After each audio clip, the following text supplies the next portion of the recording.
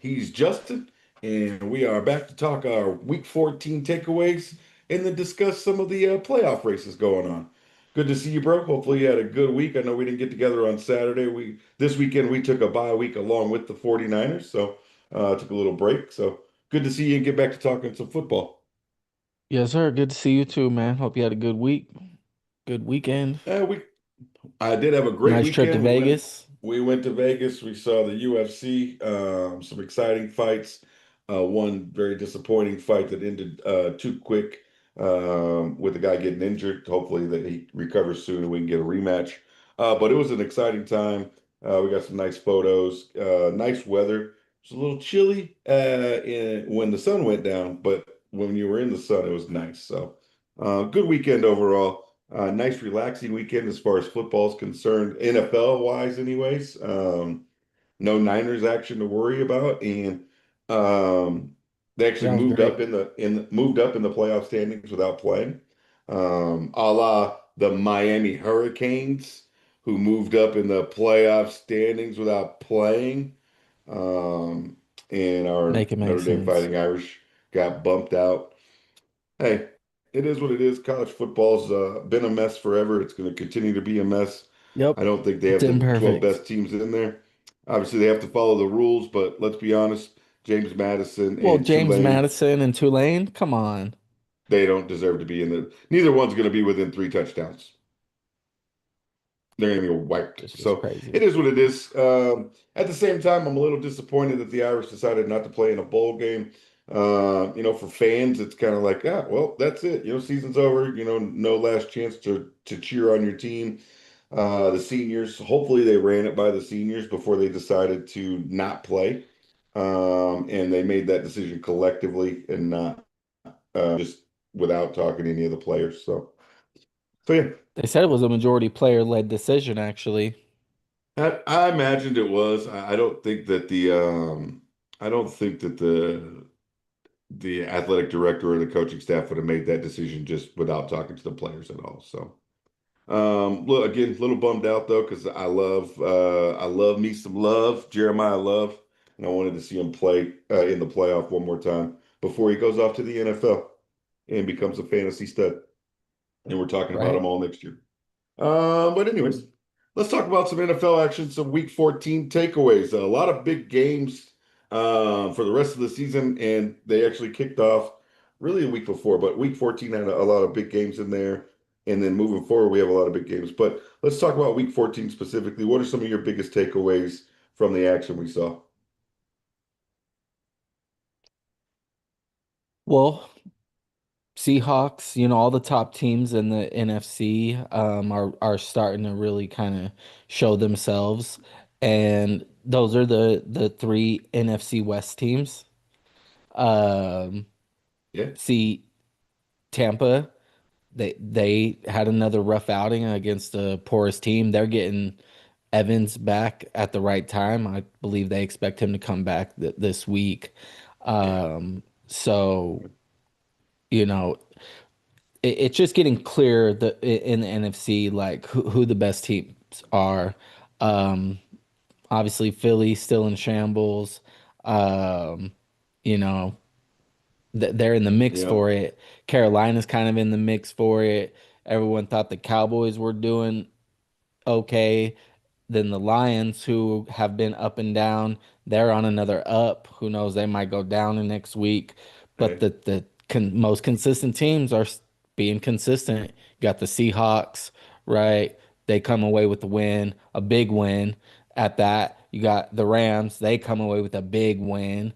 49ers, yep, like you mentioned, they just they by default, move up in the standings. They got a week off, but even through their bye week, they have been pretty consistent, despite all the injuries and everything like yep, that. So I think that's one of my biggest takeaways is that with the NFC, you're really starting to see who the cream of the crop is.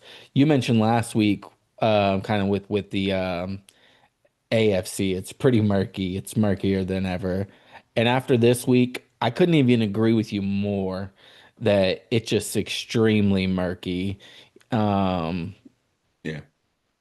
There's no The clear the standout bottom, team. like once you get past New England and Denver, it's just Yeah. like, they're all jumbled together there. Kind of like the NFC at the top.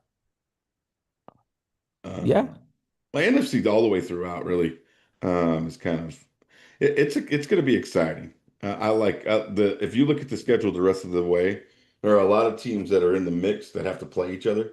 And we're going to talk about a little more as we go through our playoff race discussion, but a lot of big games for the rest of the season. And I think the schedule makers they hit a home run this year with the way they set everything up.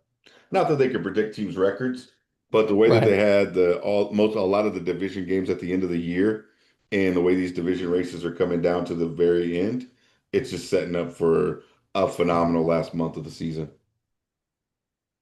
Oh, it really is. It So really is. It's gonna be some good football.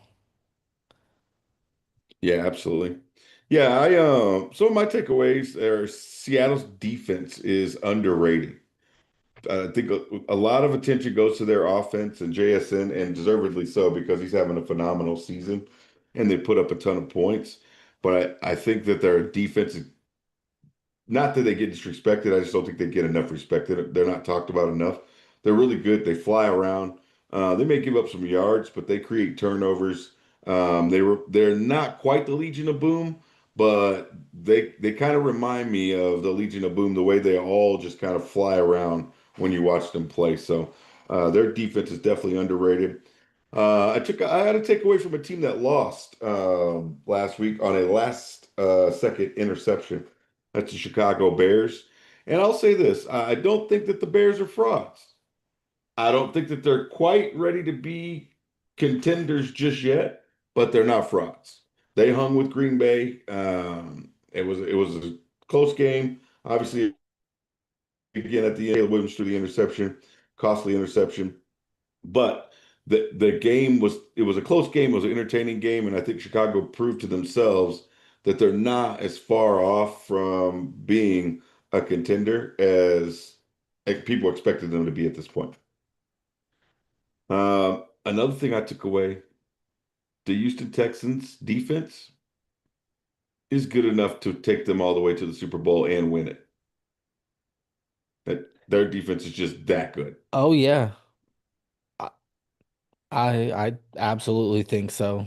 They're really good. Yeah, That their D line is defense is nasty. yep, I agree. So yeah, and they are peaking at the right time.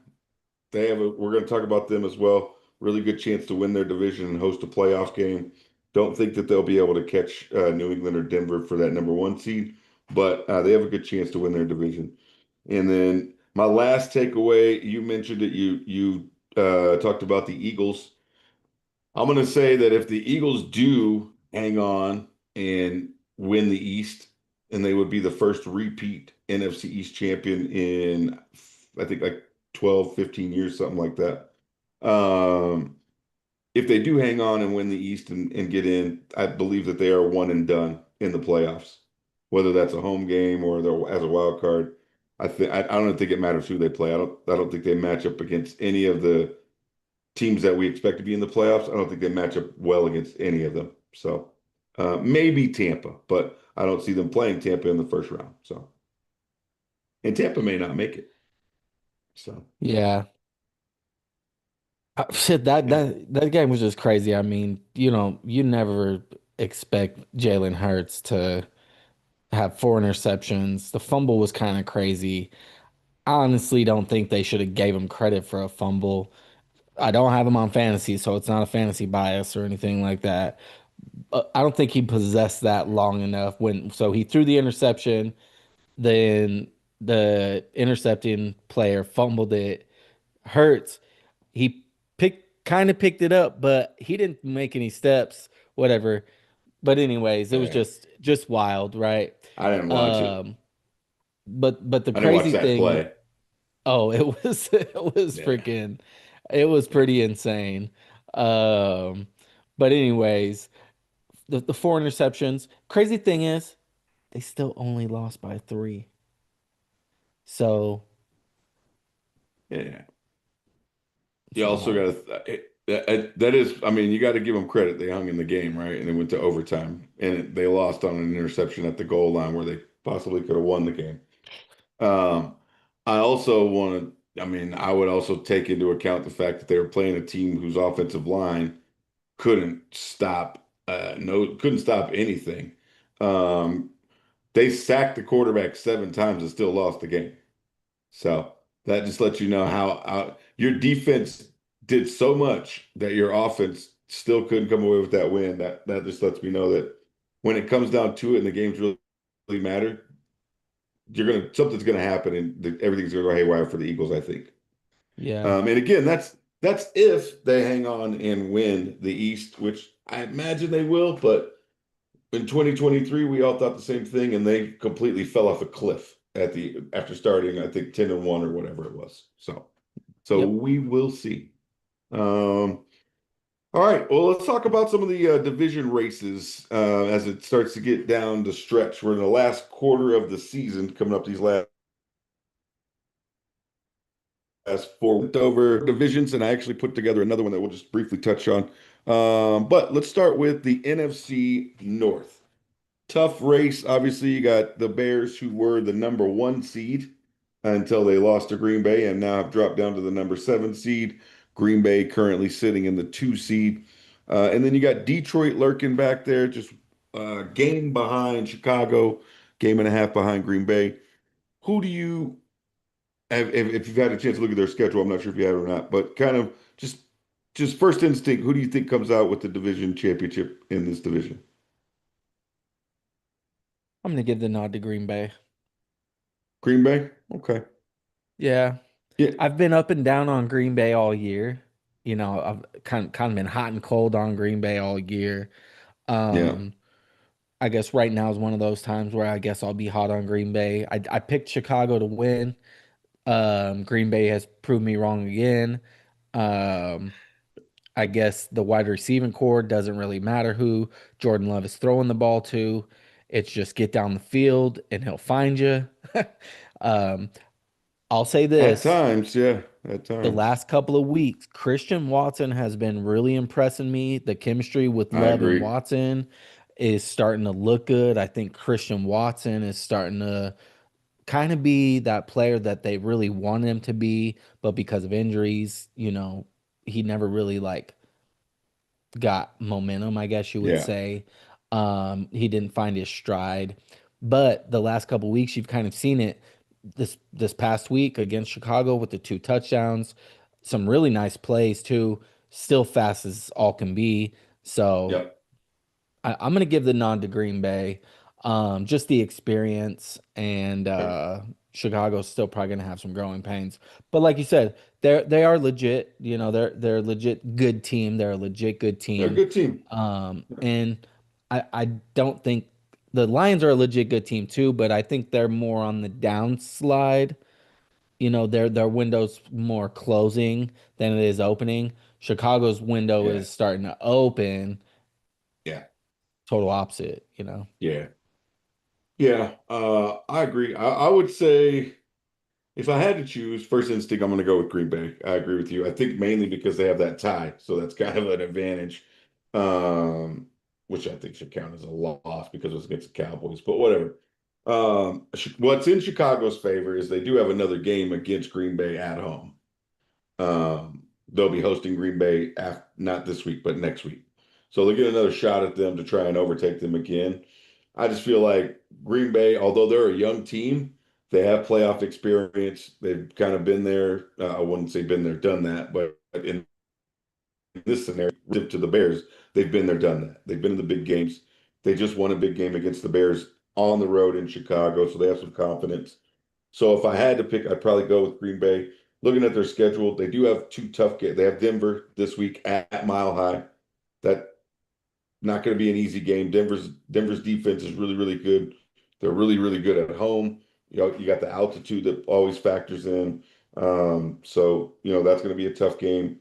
Then they have that Chicago game, and then they finish up with two winnable games against Baltimore and Minnesota. So I think if you look at it, as long as they win that Chicago game, no matter what happens in the Denver game, I think if they whoever wins that game next week put on top. and I'm going to lean towards Green Bay right now based off of what we saw last week in Green Bay. So I agree with you. I'm taking Green Bay in that one. I think Detroit's going to be on the outside looking in. I think so So too, but they're a good team. I think they are.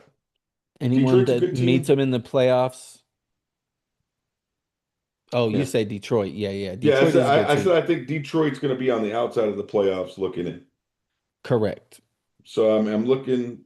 I mean, it's kind of the same for them. They have the Rams this week. Then they have Pittsburgh, who's fighting for a division spot as well. Um, we'll talk about them. And then they have Minnesota, should be another win. That should be a winnable game. And then they finish up with Chicago. So depending on how it goes, Mm, if Detroit runs three off, maybe that game against Chicago is for the division. So I'm still going to lean with Green Bay, but yeah, we'll see. It's going to be fun down the stretch. yeah. I think week 18 is going to it may have like two or three division championship games basically in it. So all right, let's jump over to so we both agree Green Bay.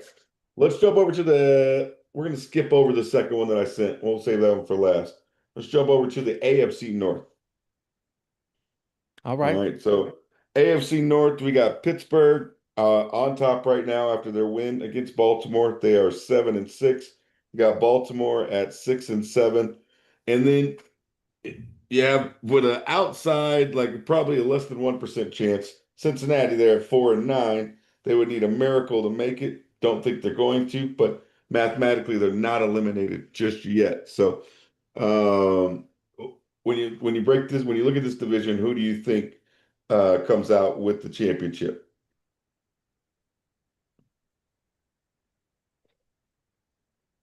God, when I look at this division, I go, blah. That's the first thing that comes to mind. But I'm gonna go with the Steelers. Okay. They've just been the better looking team. Um, even though their record is very close to Baltimore, I think they've just been the more consistently good team. Um, Baltimore, man, they've had some really rough moments this year. And Lamar, he's had some really uncharacteristic moments. So, unless No. Baltimore really just gets it together, they get their run game going. Um, Lamar quits making mistakes. Yeah, I, it's tough. Okay. I'm gonna go with the Steelers. Steelers. All right. All right. A couple weeks ago I said Baltimore though. You remember that? I know. I So, know. I know. but I'm switching it up. Yeah. I Man, it's tough. So here's the remaining. Pittsburgh has Miami this week. Then they go to Detroit, to Cleveland, and they finish up with Baltimore. Baltimore is at Cincinnati this week. So we got two teams playing against each other. Then they host New England. Then they go to Green Bay, and then they go to Pittsburgh. I would say of the two, Baltimore definitely has a tougher schedule. Even though Cincinnati is 4-9, they got Joe Burrow back and they looked lot better these last weeks than they did before he came back. Their defense is still terrible, but their offense can put up points. Which has been Baltimore's problem is trying to keep up with teams that can put up points. So, and then you got Cincinnati, who they got Baltimore, then they go to Miami, then they play Arizona, and then they play Cleveland. So, um, you know, I, I think that the winner of this division is going to have a losing record no matter which team it is. That's what I think.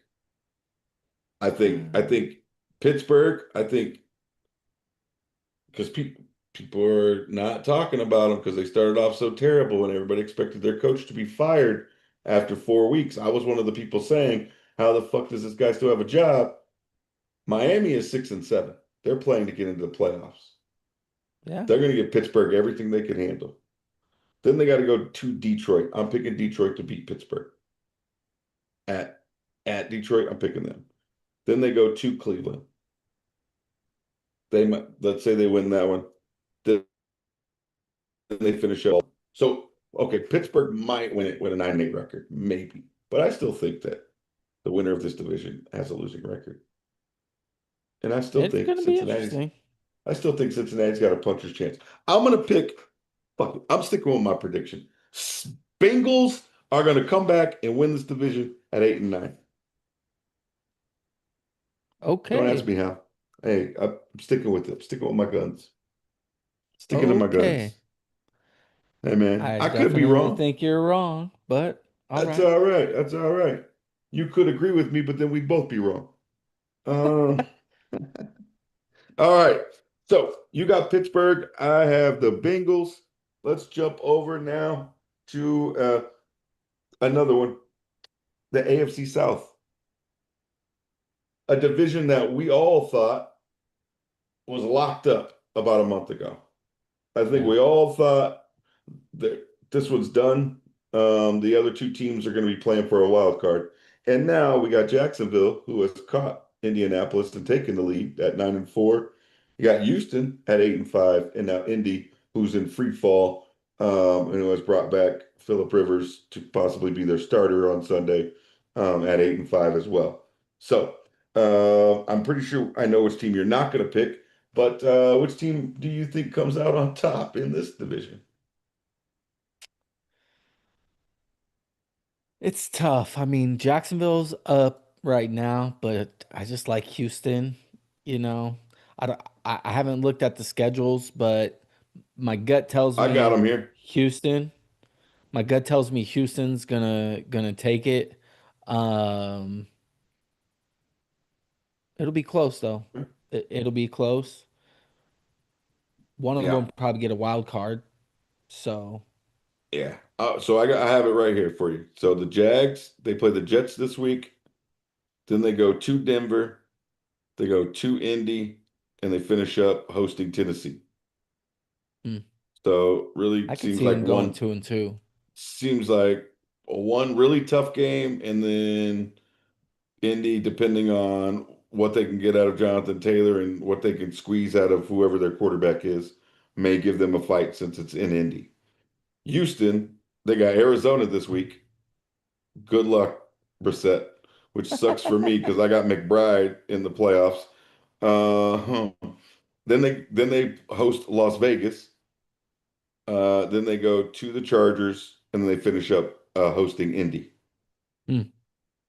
So I would say of those two, I would say Houston's probably going to have a better shot at winning 3 of 4 than Jacksonville, if Yeah, I I was think so. betting, just based off their defense and how good they are and the teams they're going to play. And then Indy, again, don't think they're going to win out or win the division, but they go to Seattle this week. Then they host the 49ers. Then they host Jacksonville. And then they go to Houston. So Indy's got like a gauntlet to finish the season. All 4 of those teams are playoff teams right now, I think. Houston might be on the outside looking. But you know what? Here's my extremely bold take. Father Time, Philip Rivers comes in. He helps the Colts win out, go all the way through the playoffs, wins his very first Super Bowl ever. Okay, I'm just playing. I'm Hey, just playing. I'm totally I, trolling. I'm totally trolling. I, I don't ah, think they man. got a shot in hell. Yeah, No, yeah. No, no chance. But that's hilarious. I agree with you.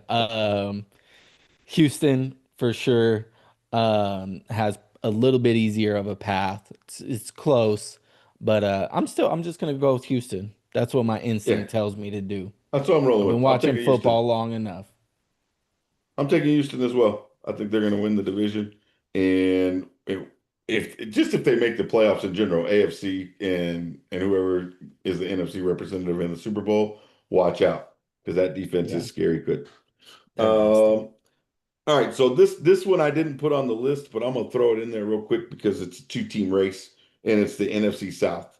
Tampa Bay 7-6, Carolina 7-6. Yeah. Um, they got two games against each other, I believe, to finish up They the already season. played once. Oh, they did? No, they I'm still got pretty. two games left. They do Tampa and Carolina still have two games left. Yeah. against each other. Yes. Oh wow. In week Two out of 16 four. and Interesting. I think week 16 and week 18, Okay. I believe. Let me double check before I say the wrong thing. But I'm pretty sure. Let's see, Carolina.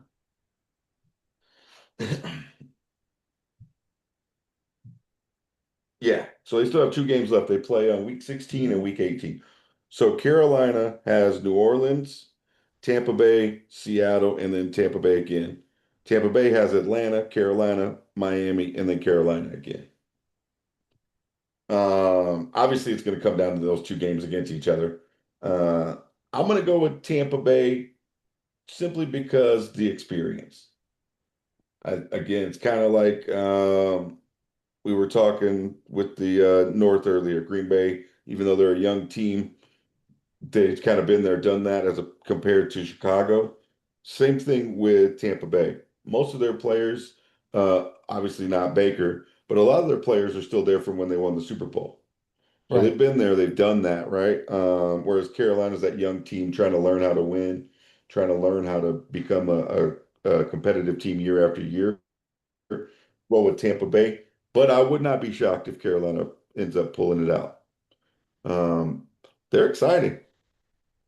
I will say that they're exciting to watch, Yeah. and they put it on the Rams when they played them. They went in there and put it to them and won the game. It was a couple weeks ago, so or last week. So again, I wouldn't be surprised if they go do the same thing to Tampa Bay at least one time. Yeah, I wouldn't put it past them. I will say this, the experience, like you mentioned with Tampa, is going to make a difference down the stretch. And again, the Bucks just activated Evans off of Yeah, IR, so that should be a big help. And while I yeah, do really like the Panthers, and their prospects, I love Ted. I've been talking them up all yeah, year. I yeah, just I'm gonna roll. I'm gonna roll with the Bucks in a tight yeah. race, tight It'll be race, close. It's going to come down to but that Week 18 game probably. probably So, yeah. I'm be gonna roll fun. with the Bucks. Baker. All right. Baker and the All right. Bucks. All right. Let's talk about the best division in football, the Yeah. NFC West.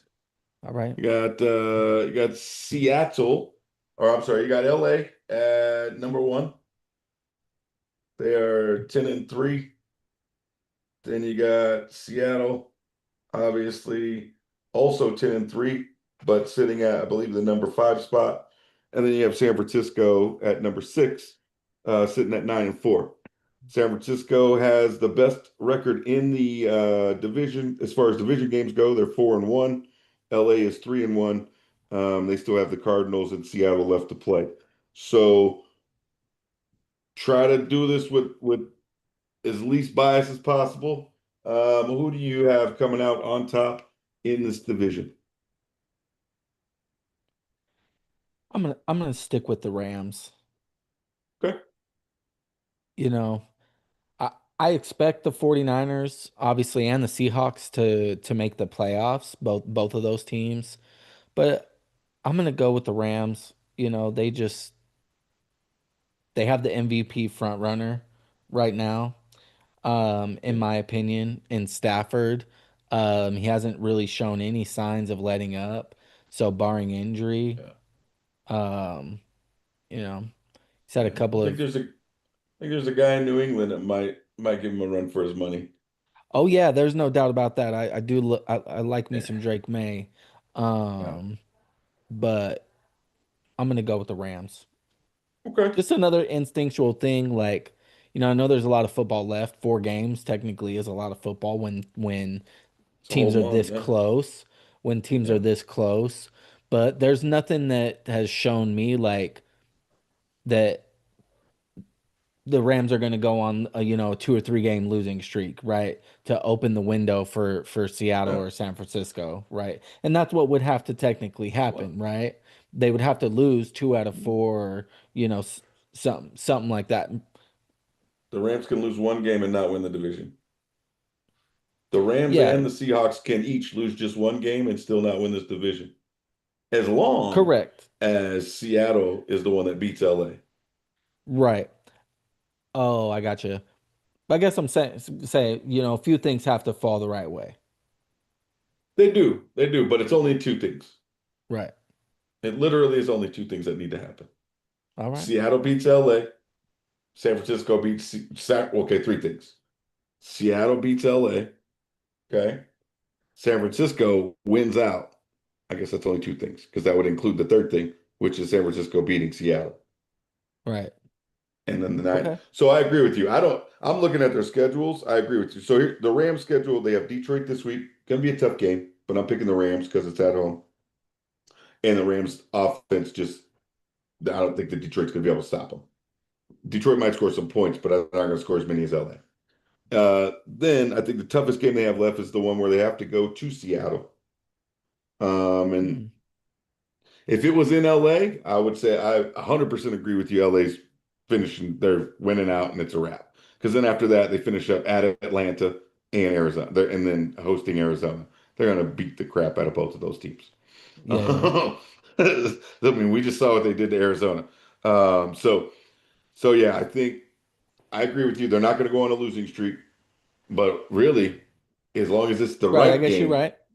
as long as it's the right game, then all we need is one loss, and There you it's go. that Seattle. We need Seattle to win, and then Seattle, their schedule's a I'll little take it. tougher. Yeah, their schedule, I think, in my opinion, is a little tougher. They got Indy this week. That's probably going to be a win because we don't know what their quarterback situation is. I don't expect Philip Rivers to come out and light them up. Then they have the Rams next week, so tough game. Then they got Carolina, who's fighting for a playoff spot and who just beat the Rams, right? So they show they can hang. And then they finish up against the Niners at Levi's, not in Seattle, because we already beat them. And then the Niners, we got Tennessee, should be a win. I know Tennessee just scored a ton of points against Cleveland, but the 49ers should beat Tennessee. They play at Indy in week 16, right? Right. That game doesn't look as tough as it did 3 weeks ago without their starting quarterback there. Should be a winnable game. Then they host Chicago and finish up with Seattle. Hmm. So Okay. I'm gonna say this. I'm gonna agree with you, right? I'm gonna say the Rams win the division, but it's a 51% that the Rams win it and a 49% that the 49ers win it. Okay. I just feel like the I'll reason I take feel it. like that's because the bye week came at the right time for the 49ers. Yeah. Get a little bit They healthier in. got a chance to heal up a little, reset, and really get their mind set on we got 4 games to get home field advantage, and then we don't have to leave Santa Clara again for the rest of the year. We can be right here and win 3 straight games. We're world champions. So I mean, Wouldn't that be honestly, something? if things break out right, and I mentioned this to you and my buddy Tori, I think it was like week 5 after we started off real hot. I started looking at the schedule and I said, if things break right and the 49ers end up with the number 1 seed somehow, after they go to Indianapolis, they won't have to leave San Francisco again for the rest of the year. Every game after that would be, even including the Super Bowl, would be in their home stadium if they made it that far. So I think the script has been written and I cracked the code somehow and I figured out what's going to happen. And that's what's going to happen. At least that's what I hope happens. But yeah, I'm gonna go with the Rams. I'm gonna agree with you by a slight, like 2% margin, but that could shift very easily. And hopefully it does. Hopefully it does. Hopefully it I'm here does. for it. Let's go. Yeah. So the reason I say that they have to Seattle has to be the one to beat them is because if they all three end up tied, I think it comes down to the division record, and the Rams would have it then at that point. Gotcha. So so we'll see. Whatever. Common opponent, something like that. Whatever tiebreaker was. I put it in the ESPN playoff machine and it said that was what needed to happen. So so yeah, let's go Niners. All right, let's talk about Thursday night football. All right. Tampa Bay is hosting Atlanta real quick. Obviously we won't spend a ton of time on this. Who do you got winning this game? And who do you think may be a fantasy stud in this game as the fantasy playoffs kick off?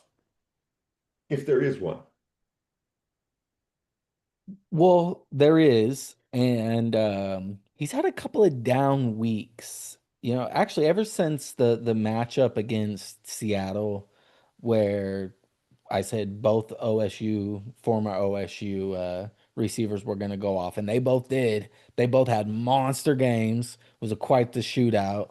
Um, but since then, JSN's continually been performing well, but Egbuka, he's kind of taken, a step backwards. Yeah. But I'll say this, he is on track for a big game this week against Atlanta. Okay. And All right. I'm gonna take the Bucks to win against Atlanta, who's just kind of been in shambles. Cousins, he's Cousins. He definitely didn't get any better with age. Listen, So, man. um, I put it in the chat and I'm gonna get your opinion on it. Other than Deshaun, let's take Deshaun Watson out of the equation because we all know that's the biggest robbery in the history of sports, period. All right. right. Other than Deshaun Watson, has there ever been a quarterback in the NFL that has made more money for accomplishing absolutely nothing than Kirk Cousins? No, My goodness. Yeah, I agree with you. He definitely is not a fine wine. He did not get better with age. no, no. I can tell you who needs to have a big game on Thursday, but they probably won't because Raheem Morris is their. I was about to say Mostert again. Raheem Morris is their coach, and that's Bijan Robinson. Man, Raheem Morris is allergic to using his good players. That's all I gotta say. I'm Well, taking Tampa too. uh, it may seem that way. Honestly, it may seem that way, but Bijan is on track. He's having statistically yardage wise, receiving and rushing a season similar to CMC. He's not getting the touchdowns really. That's what I care about. That's Um, what I care about. so I definitely feel you on that. But man, Bijan's having a phenomenal year. He's having a really good year. Listen, They just listen. stink.